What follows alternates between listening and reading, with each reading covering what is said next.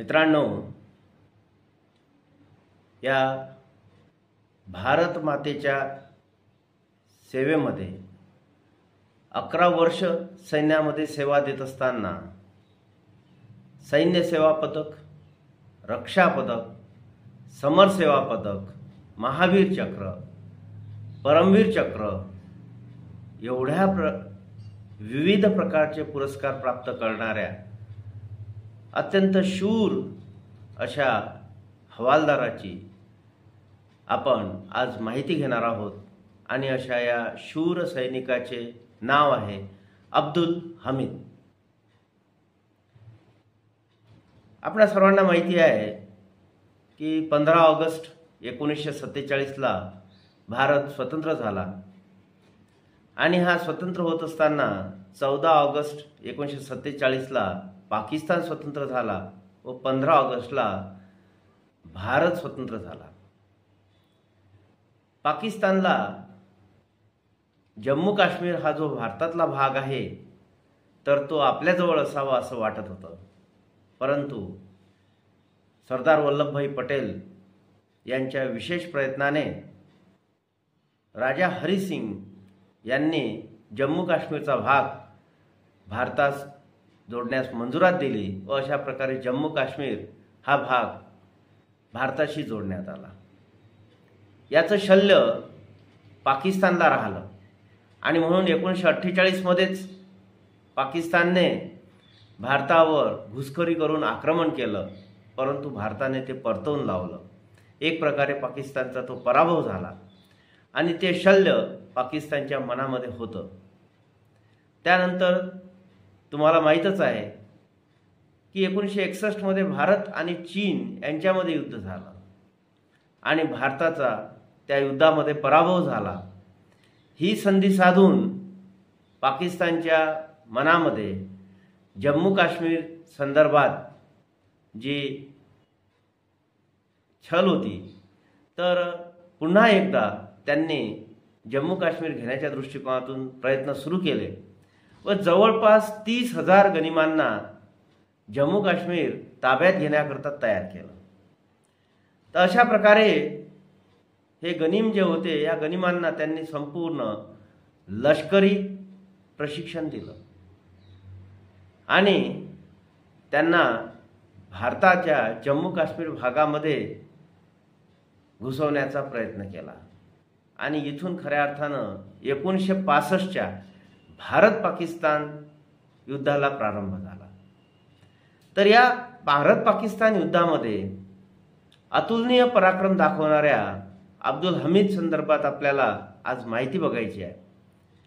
अब्दुल हमीदचा जन्म 1 जुलै 1933ला उत्तर प्रदेशमधील गाझीपूर जिल्ह्यातील धामूपूर येथे झाला।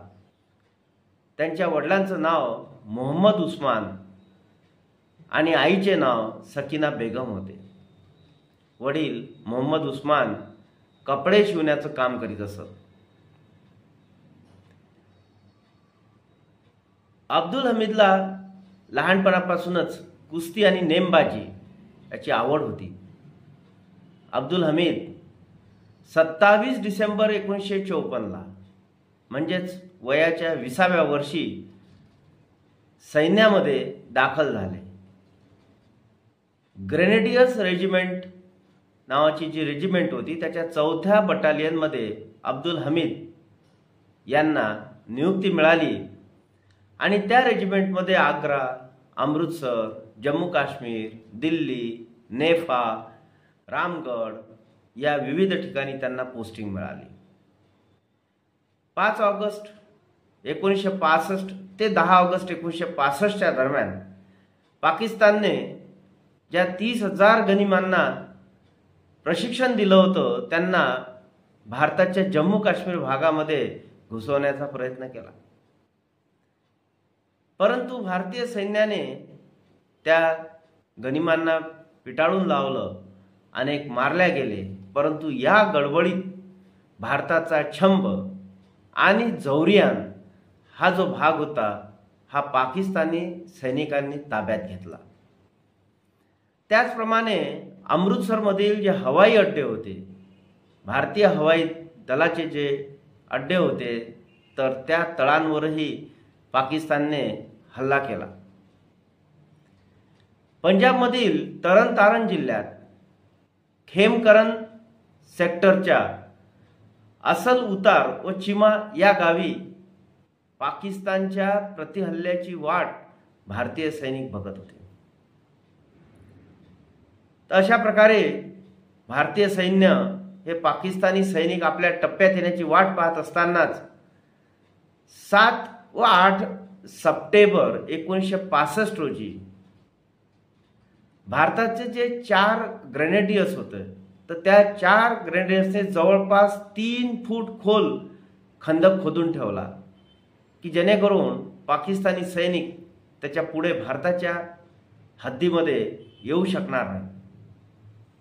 8 सप्टेंबर 1965 ला सकाळी 9 वाजता पाकिस्तानने या भागामध्ये म्हणजे खेमकरन या भागामध्ये असल उत्तर या गावी आणि चिमा या गावी हल्ला चढवला.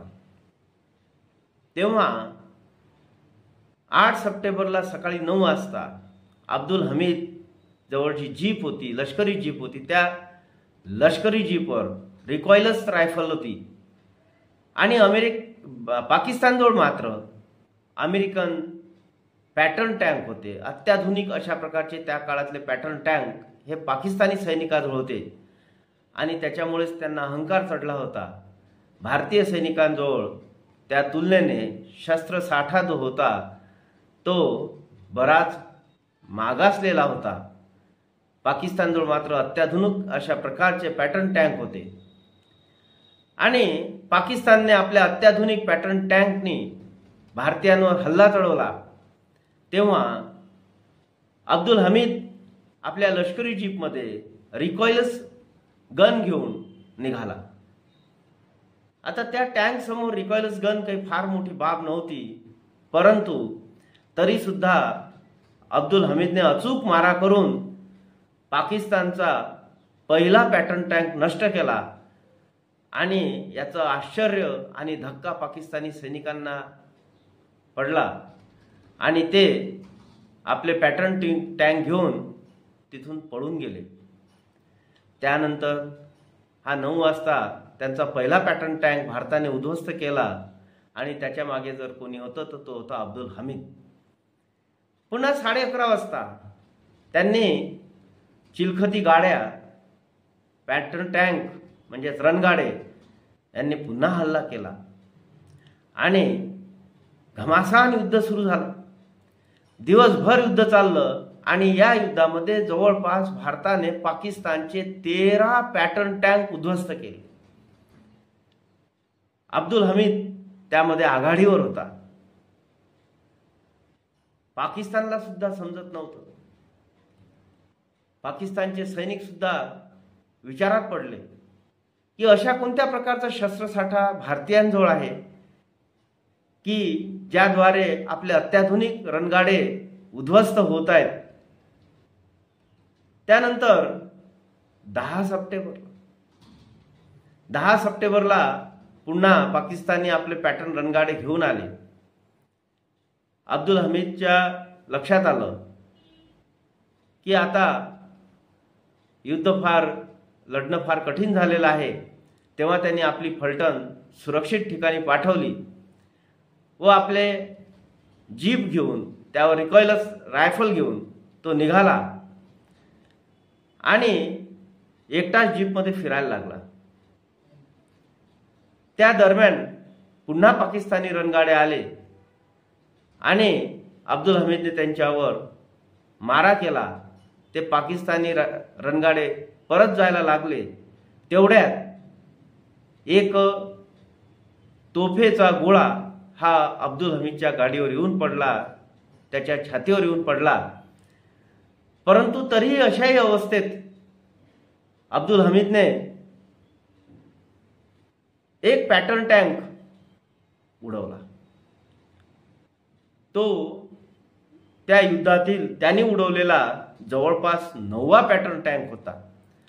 तर अशा प्रकारे अतुलनीय पराक्रम